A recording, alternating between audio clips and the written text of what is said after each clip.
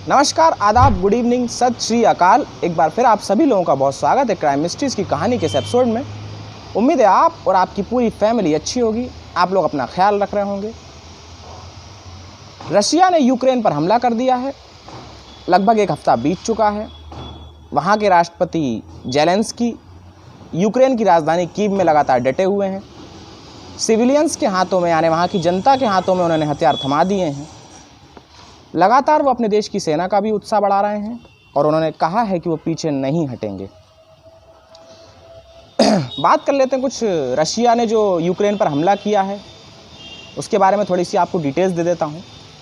दरअसल इस युद्ध की तैयारी व्लादिमीर पुतिन यानी रशिया के राष्ट्रपति जो हैं वो नवंबर 2021 से ही प्लानिंग कर रहे थे और फुल प्रूफ प्लानिंग थी कि मार्च में इस प्लानिंग को अंजाम देना है, मार्च में यूक्रेन पर हमला करना है और उसके शहर कैसे कैसे बाकायदा एक के बाद एक अपने कब्ज़े में लेने हैं। सूत्रों से यही पता चला है कि व्लादिमीर पुतिन ने ये सोचा था कि वो यूक्रेन को केवल 3 दिन में पूरा कब्ज़ा कर लेंगे, पर अंजाम आप देख रहे हैं कि एक हफ्ते से ज़्यादा बीत चुका है। अब इसे रूस की प्लानिंग की फेलियर कहें या कुछ और कहें, वो बात आगे निकल कर सामने आएगी। तो ये अपडेट्स तो आपको न्यूज़ चैनल से लगातार मिल ही रही होंगी, डेली मिल रही होंगी, क्योंकि न्यूज़ चैनल के पास भी कोई न्यूज़ है नहीं, उनको अच्छा मसाला मिल गया है तो वो डेली सुबह से शाम यही आपको दिखा रहे हैं।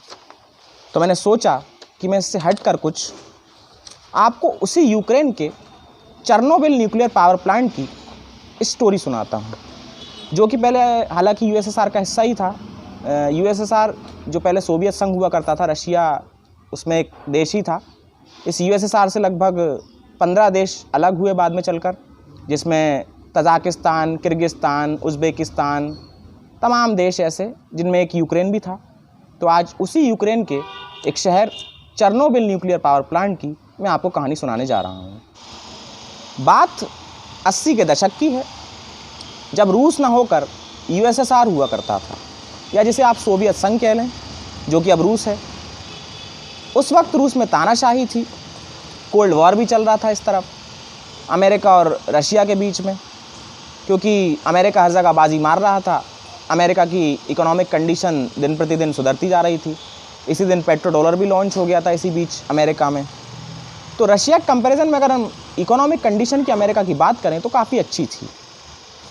इसी बीच अब ये भी हुआ कि महाशक्ति बनने की होड़ थी या दौड़ थी, आप जो भी कह लें, सुपर पावर बनना था किसी एक देश को। तो इसी बीच यूएसएसआर ने ये सोचा कि वो अमेरिका से पीछे रह जाएगा। तो इस कंपैरिजन के बीच में यूएसएसआर ये सोचता है कि अमेरिका से आगे निकलने के लिए उसे एक शहर को बसाना चाहिए, और उसने इस प्लानिंग को पूरा रोड मैप इसका तैयार किया और एक शहर नया बसाया भी, जिसका नाम यूएसएसआर ने उस वक्त रखा प्रिप्याट। ये प्रिप्याट आज की वर्तमान स्थिति में यूक्रेन में ही है। 1991 से पहले ये यूएसएसआर का हिस्सा ही था यूक्रेन। जैसा कि मैंने आपको इससे पहले बताया कि यूक्रेन के 1991 में बहुत सारे टुकड़े हुए, ये डिज़ोल्व हो गया और काफ़ी सारी कंट्रीज से अलग अलग मिलकर बन गई। जैसे यूक्रेन हो गया, उज़्बेकिस्तान हो गया, तजाकिस्तान हो गया, किर्गिस्तान हो गया, कज़ाकिस्तान हो गया, आर्मेनिया हो गया। तो ऐसे तमाम देश इस यूएसएसआर से अलग हटकर या कटकर बाद में बने, जैसे हमारे भारत से पाकिस्तान और बांग्लादेश। प्रिप्याट से ही थोड़ी दूर पर एक छोटा सा शहर था चेर्नोबिल। उसकी पॉपुलेशन करीब 50 से 60 हज़ार। चेर्नोबिल में न्यूक्लियर पावर प्लांट भी था। तो अब यूएसएसआर की जो वहाँ की सरकार थी उस समय की, क्योंकि डेमोक्रेसी थी नहीं, मैंने आपको बताया, मिखाइल गोर्बाचेव वहाँ के राजा थे, तो उन्होंने ये सोचा कि इसी चेर्नोबिल न्यूक्लियर पावर प्लांट से जो हम प्रिप्याट शहर बसा रहे हैं, वहाँ के लोगों को इसी चेर्नोबिल न्यूक्लियर पावर प्लांट से बिजली की सप्लाई दी जाएगी। शहर को 70 के आखिरी में बसाना शुरू किया यूएसएसआर ने ये प्रिप्याट शहर को, और 26 नवंबर 1970 में यानी 26 नवंबर 1977 में चेर्नोबिल में पहला न्यूक्लियर पावर प्लांट बनकर तैयार हो गया। तो चेर्नोबिल में 1977 में 26 नवंबर 1977 में पहला न्यूक्लियर पावर प्लांट बनकर तैयार हो गया। टोटल 4 बने थे, आगे कितने 3 कब बने वो आपको बताता हूँ। इसी तरह 1981 में सेकंड, 1978 में सेकंड, 1981 में तीसरा, और जो लास्ट यानी चौथा न्यूक्लियर पावर प्लांट बना वो बना 83 में। सब कुछ ठीक चल रहा था, प्रिपेयर्ड शहर भी अब बस चुका था, सभी लोग खुश थे। अब इसी बीच ये भी था कि न्यूक्लियर पावर प्लांट तो लोगों की भलाई के लिए बनाया गया था। अब इसका लेकिन ये भी बात है कि न्यूक्लियर पावर प्लांट्स हमेशा भलाई के लिए बनाए जाते हैं, और न्यूक्लियर जो है वो बुराई के लिए भी यूज़ होता है, वॉर के लिए भी लोग उसको वॉर स्ट्रेटजीज में भी यूज़ करते हैं। तो लोगों ने न्यूक्लियर बॉम्ब बनाने शुरू कर दिए इसी न्यूक्लियर से। जैसे आपके सामने सबसे बड़ा एग्जाम्पल है जापान की 2 सिटीज़ पर जब अमेरिका ने 2 बम ड्रॉप किए थे, हिरोशिमा और नागासाकी पे। क्या कहर वहाँ पर बनकर टूटा था लोगों पे, जनता पर, वो तो सब जानते ही हैं।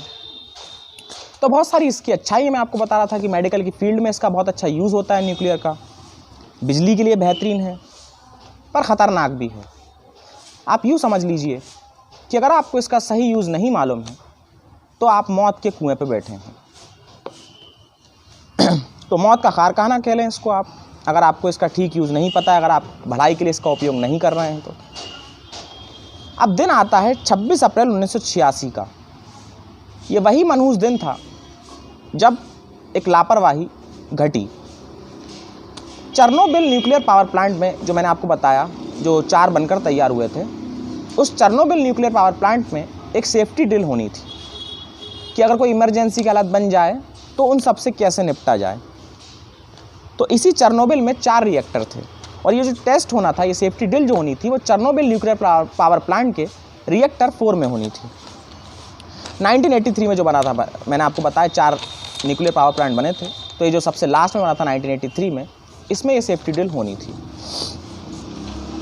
सब कुछ तय समय पर शुरू होने से पहले कुछ पहले हो जाता है। रात 1:23 पर 26 अप्रैल 1986 की 1:30 बजने से पहले इसे शुरू होना था, शुरू भी हुआ। अच्छा, बात ये थी कि इसे दिसंबर में शुरू होना था, पर कुछ कारणों की वजह से कि हमें अभी जल्दी तेज़ आगे निकलना है अमेरिका से, तो इसे अप्रैल में ही शुरू कर दिया। तो एक ये भी, जब ये डिज़ास्टर हुआ तो एक ये भी खबर निकल कर सामने आती कि जो जल्दी इसको किया गया, जो चीज़ें जो लेनी चाहिए थी वो नहीं की गई, जो सेफ्टीज़ या मेज़रमेंट जो लेने चाहिए थे वो यूएसएसआर ने नहीं लिए, इस कारण से ये हादसा हुआ। वो मैं आपको आगे बताऊँगा दुनिया को, क्योंकि दिखाना था यूएसएसआर को कि हम महाशक्ति, हम सुपर पावर हैं। तो सेफ्टी टेस्ट के नाम पर कुछ मशीनें बंद की गई। तो जब टेस्टिंग शुरू हुई तो फ्यूल रॉड अचानक से बहुत गर्म हो गई। अब वहाँ के कर्मचारियों और अधिकारियों ने इसे ऑब्जर्व किया, तो उन्होंने उस गर्म रॉड को, वो बहुत ज़्यादा गर्म हो चुकी थी, उसे एक बड़े से पानी के टैंक में डाल दिया। अब लापरवाही वहाँ पर यह हो गई कि जब वो फ्यूल रॉड गर्म हो रही थी तो उन लोगों ने ध्यान नहीं दिया कि वो कितनी गर्म हो चुकी है। जैसे ही इन लोगों ने उस फ्यूल रॉड को पानी से भरे बड़े टैंक में डाला तो पानी भाप बनकर सेकंडों में ही उड़ गया, और रिएक्टर में एक तरह की, जो आप कहना चाहिए, डेडली कॉम्बिनेशन बढ़ गया। डेडली कॉम्बिनेशन ऐसे कि जो वेपर बनकर पानी उड़ा और जो रिएक्टर में हीट थी वो बनकर एक अलग ही रिएक्शन हो गई। तो उस रिएक्टर पर भी वो जो भाप थी, आप वेपर कह लें, वो उस रिएक्टर पर भी गई। तो रिएक्टर का छत ही उड़ गया। उस धमाके से एक धमाका हुआ, रिएक्टर का छत उड़ गया। रिएक्टर का कोर, अब टेक्निकल चीज़ है, कुछ आपको इजीली मैं समझाने की कोशिश करूंगा क्योंकि आप उस हद तक समझ पाएँ, इसलिए उन चीज़ों को मैं अच्छे से लिख कर लेके आया हूँ। तो कोर जो होता है एक बहुत ही इंपॉर्टेंट पार्ट होता है रिएक्टर का।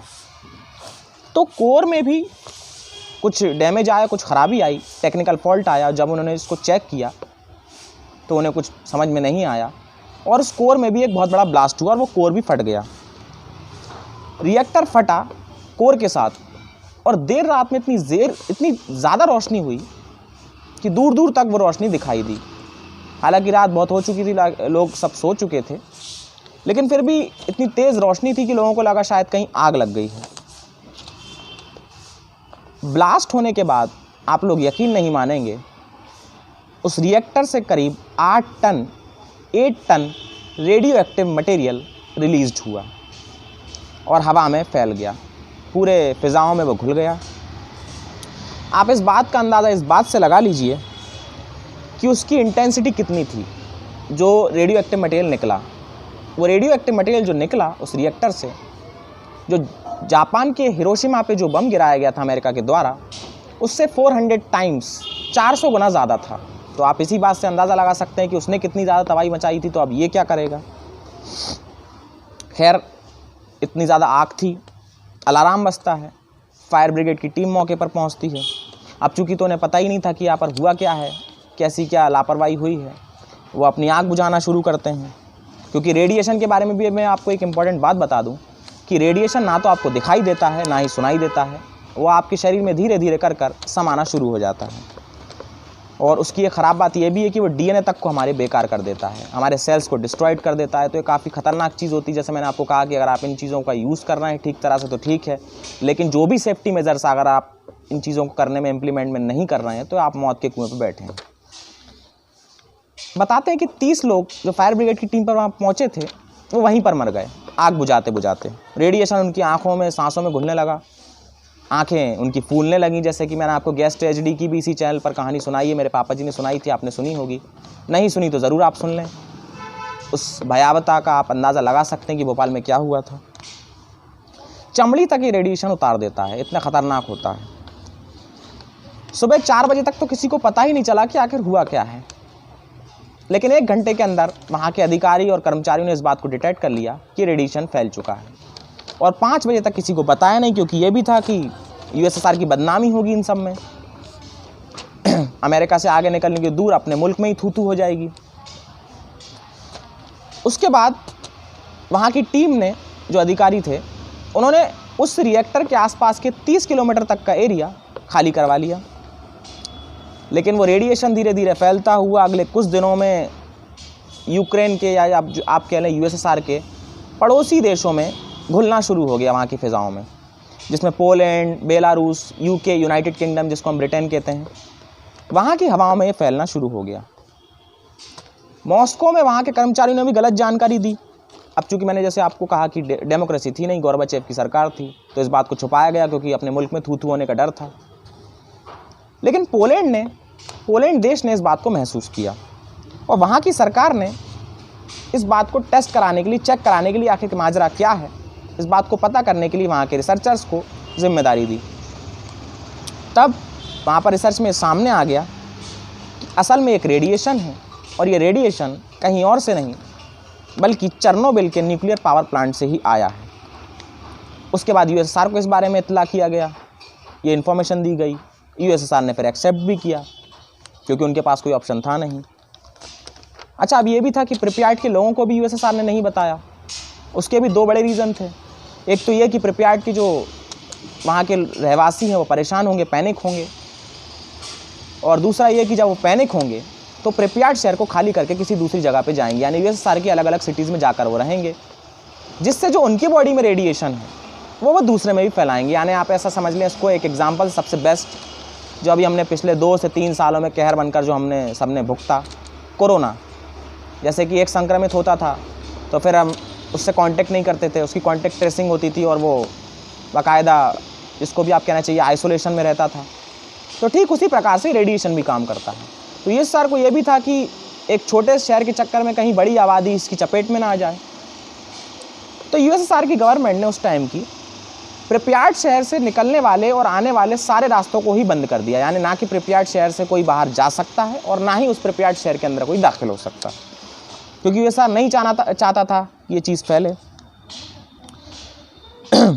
लेकिन इस बीच में लगभग 1.5 लाख लोग, 1,50,000 लोग इस रेडिएशन की चपेट में आ चुके थे। यहाँ तक हुआ कि उस प्रिप्यार्ड शहर के और उस चेर्नोबिल न्यूक्लियर पावर प्लांट के आसपास लगे पेड़ पौधे तक बर्बाद हो गए, उनकी पत्तियाँ झड़ गईं, अलग अलग सी चरमराहट आ गई, उनमें जलने जैसी बू आने लगी अजीब अजीब सी। तो ये भी एक कहानी है। और उसके बाद धीरे धीरे तक ये फैलता गया, फिज़ाओं में घुलता गया और करीब 6 लाख पीपल्स में ये रेडिएशन फैल गया। अब ये भी था कि रेडिएशन उस रिएक्टर के आसपास मौजूद था, जो मैंने आपको बताया रिएक्टर 4 में ये ब्लास्ट हुआ था, तो उसको दबाना भी था। इसी बीच यूएसएसआर की गवर्नमेंट ये तय करती है कि उस रिएक्टर को मिट्टी से दबा दिया जाएगा। वहाँ की एयरफोर्स से इस बारे में बात की जाती है।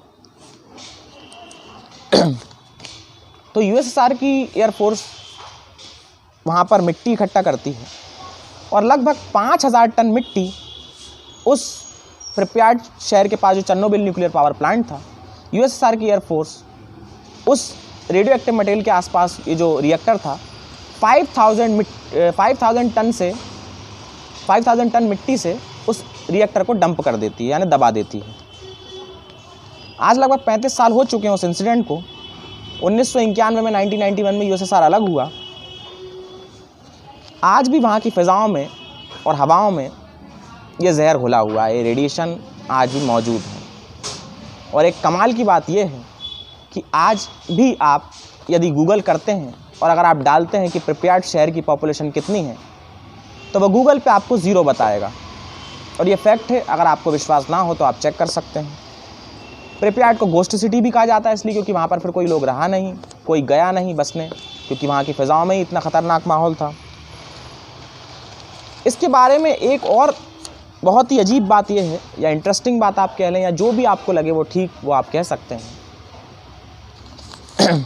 वो ये कि जिस जगह पर ये रिएक्टर फटा और ये रिएक्टर मिट्टी से दबा होने के बावजूद कहते हैं कि उसका असर वहाँ से जाने में पूरी तरह से, यानी दूसरी आबादी फिर से रह सकती है, उसमें लगभग 15 से 20 हज़ार साल 15 to 20,000 ईयर्स का वक्त लगेगा। उससे पहले वो चीज़ें नॉर्मल नहीं होंगी। और कहते तो ये भी हैं कि अगर उस मलबे के पास अगर कोई व्यक्ति 1 घंटे के लिए केवल खड़ा हो जाए, किसी भी चीज़ को ना वो छुए ना स्पर्श करे, उससे मतलब नहीं है, लेकिन अगर उस रिएक्टर के पास 1 घंटे तक भी वो खड़ा हो जाए तो उसकी श्योरिटी से डेड हो जाएगी, यानी वो श्योरिटी से उसकी मौत हो जाएगी। तो ये भी एक कहानी है। तो यूक्रेन जो कि आज युद्ध का दंश झेल रहा है, वहाँ से हृदय को कचोटने वाली और बड़ी अजीब अजीब तस्वीरें आ रही हैं। बच्चे रो रहे हैं, बिलख रहे हैं। एक पिता अपने जवान बेटे की लाश के पास बैठकर रो रहा है, उसके कपड़ों को निहार रहा है जहाँ पर उसके ब्लड शेड्स हैं। कल भी ये खबर निकल कर आई कि खारकीव में, जो कि कीव के पास ही है, वहाँ पर रूसी सैनिकों ने 3 बंद स्कूलों पर हमला किया, जो कि ऑलरेडी बंद थे। वहाँ पर कोई क्लासेस नहीं चल रही थी क्योंकि युद्ध का माहौल है। बट रूसी सेना ने वहाँ पर हमला इसलिए किया कि उन्हें शक था, उन्हें डाउट था कि शायद यहाँ पर यूक्रेनी सेना जो है वो मौजूद होगी।